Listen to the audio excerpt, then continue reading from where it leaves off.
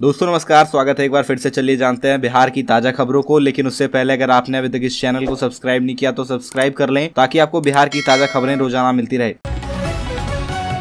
सबसे पहली और बड़ी खबर, नई शिक्षक नियुक्ति नियमावली पर फिर घिरी सरकार। महागठबंधन के अंदर अकेले पड़ने लगी है आरजेडी, शिक्षकों की हड़ताल बढ़ा सकती है सिरदर्द। बिहार में नई शिक्षक नियुक्ति नियमावली को लेकर महागठबंधन सरकार एक बार फिर से घिरती हुई नजर आ रही है। राजद को छोड़ के महागठबंधन की ज्यादातर बड़ी पार्टियां यानी जदयू, कांग्रेस और माले ने इस पर अपनी आपत्ति जाहिर की है। वहीं मुख्य विरोधी दल बीजेपी तो इसका विरोध कर ही रही है। ऐसे में 15 फरवरी से जाति आधारित गणना का दूसरा चरण शुरू होने वाला है। वहीं राज्य के कुछ संघ ने जाति गणना का बहिष्कार करने का ऐलान कर दिया है। ऐसे में अगर लगभग 4 लाख शिक्षक हड़ताल पर चले गए तो सरकार के लिए यह बड़ा सिरदर्द बन जाएगा। बच्चों की पढ़ाई अलग बाधित हो जाएगी। अगली खबर, बिहार के सभी विश्वविद्यालयों में इसी वर्ष से लागू होगा 4 वर्षीय स्नातक कोर्स। कॉमन एंट्रेंस टेस्ट से होगा दाखिला। बिहार के विश्वविद्यालयों में चॉइस बेस्ड क्रेडिट सिस्टम के तहत 4 वर्षीय स्नातक कोर्स 2023 से 2027 की पढ़ाई इसी साल से शुरू हो जाएगी। 4 साल की स्नातक डिग्री में विद्यार्थी को 8 सेमेस्टर उत्तीर्ण करने होंगे। यह निर्णय कुलाधिपति राजेंद्र विश्वनाथ अरलेकर की अध्यक्षता में गुरुवार को राजभवन में आयोजित बैठक में लिया गया। इस बैठक में शिक्षा विभाग के अपर मुख्य सचिव दीपक कुमार सिंह समेत सभी विश्वविद्यालयों के कुलपति मौजूद रहे। इस दौरान प्रथम वर्ष के लिए सिलेबस और कोर्स स्ट्रक्चर तैयार करने के लिए कमेटी गठित करने का निर्णय भी लिया गया है। सीबीसीएस के तहत वर्षीय स्नातक स्तरीय एंट्री एग्जिट कार्यक्रम का रोडमैप तैयार करने के लिए आयोजित बैठक में निर्णय लिया गया कि शैक्षणिक सत्र 2023-24 से प्रथम वर्ष की पढ़ाई शुरू की जानी चाहिए। सहमति बनी है कि शैक्षणिक सत्र 2023-24 से ही विश्वविद्यालय अपने स्तर पर प्रवेश ले सकेंगे। विश्वविद्यालयों को एक ही समय पर सभी संबंधित कार्य पूरे करने होंगे। इसकी तिथि और टाइमलाइन राजभवन तय करेगा। विश्वविद्यालय अपनी मनमर्जी से दाखिला नहीं ले पाएंगे।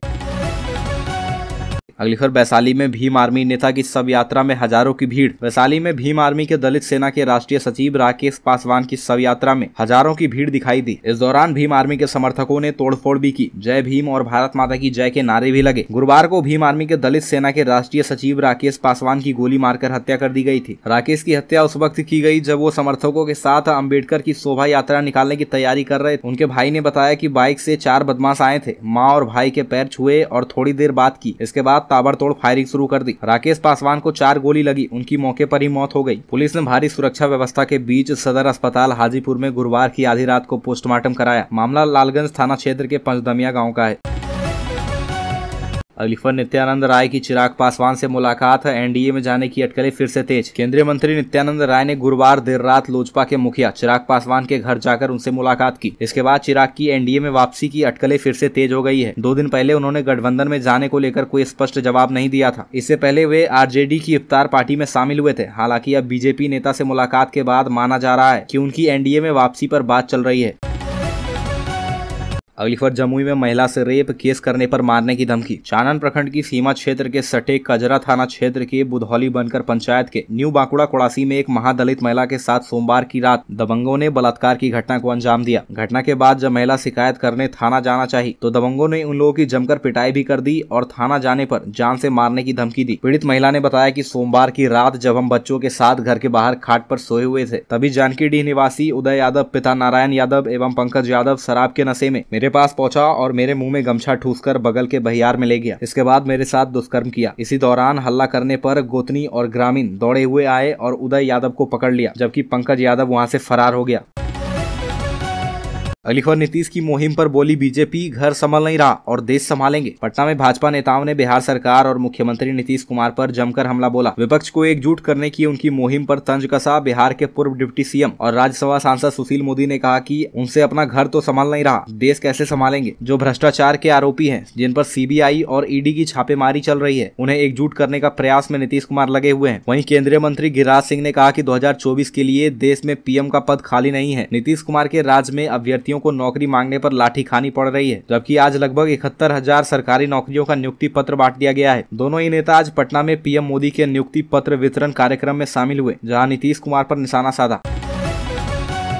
अगली खबर, नीतीश कुमार के प्रधानमंत्री बनने के लगे नारे। अंबेडकर जयंती के पूर्व जदयू ने निकाला पदयात्रा। भारत रत्न भीमराव अंबेडकर की जयंती के पूर्व संध्या में जदयू ने उनकी प्रतिमा पर माल्यार्पण किया। पार्टी कार्यालय से पटना हाईकोर्ट तक ये पद यात्रा निकाला गया। प्रदेश अध्यक्ष उमेश कुशवाहा के नेतृत्व में यह यात्रा निकाला गया। यात्रा के दौरान नीतीश कुमार के प्रधानमंत्री बनने के भी नारे लगे। जदयू के नेता और कार्यकर्ताओं ने यह नारे लगाए। यात्रा में महिलाएं भी शामिल दिखी। महिलाओं ने भी नीतीश कुमार को प्रधानमंत्री बनाने के नारे लगाए। डॉक्टर भीमराव अंबेडकर की प्रतिमा के पास 132 दीप प्रज्वलित किए गए। प्रदेश अध्यक्ष उमेश कुशवाहा ने कहा कि उनकी जयंती पर हम सब पंचायत स्तर पर कार्यक्रम कर रहे हैं। अम्बेडकर जयंती मनाने वाले बहुत मिलेंगे, लेकिन उनके अनुयायियों के लिए काम नहीं करेंगे।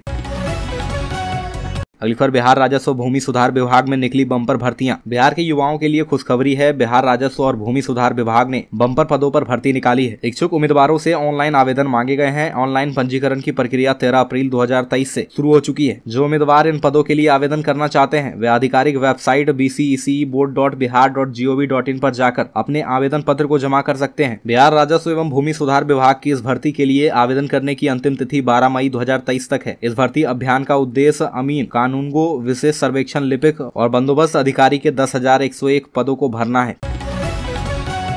अगली खबर सीबीआई ने लालू यादव की सजा बढ़ाने की अपील की। यह मामला चारा घोटाले के देवघर कोषागार का है। चारा घोटाले में देवघर कोषागार से जुड़े मामले में लालू प्रसाद समेत अन्य 6 आरोपियों की सजा बढ़ाने के मामले में सुनवाई अब दूसरे बेंच में होगी। गुरुवार को यह मामला रांची हाईकोर्ट के मुख्य न्यायाधीश सुजीत नारायण प्रसाद और जस्टिस सुभाष चंद्र की अदालत में सुनवाई के लिए सूचीबद्ध था, लेकिन कोर्ट ने इस मामले को दूसरे बेंच में स्थानांतरित करने का निर्देश दिया है। सीबीआई ने हाईकोर्ट में याचिका दायर कर इस मामले में लालू प्रसाद यादव को सीबीआई कोर्ट से मिली 3.5 साल की सजा बढ़ाने का आग्रह किया है, जबकि दूसरे लोगों को 6 साल की सजा सुनाई गई है। सीबीआई ने अदालत से लालू प्रसाद यादव की सजा बढ़ाने की अपील की है।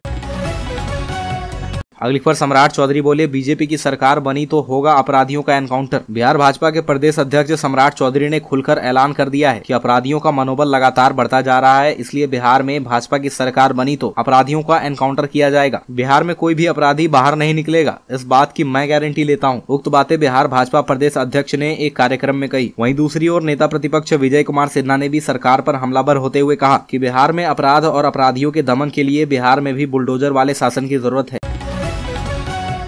अगली खबर 14 मई को होगी मध्य निषेध सिपाही भर्ती परीक्षा। नालंदा में मध्य निषेध सिपाही भर्ती की लिखित परीक्षा 14 मई को होगी। इसमें जिले के 29 परीक्षा केंद्रों पर कुल 20,006 परीक्षार्थी शामिल होंगे। मध्य निषेध सिपाही की 689 पदों पर भर्ती होनी है। पहले ये एग्जाम 7 मई को होने थे, लेकिन नीट के कारण डेट आगे बढ़ा दी गई है।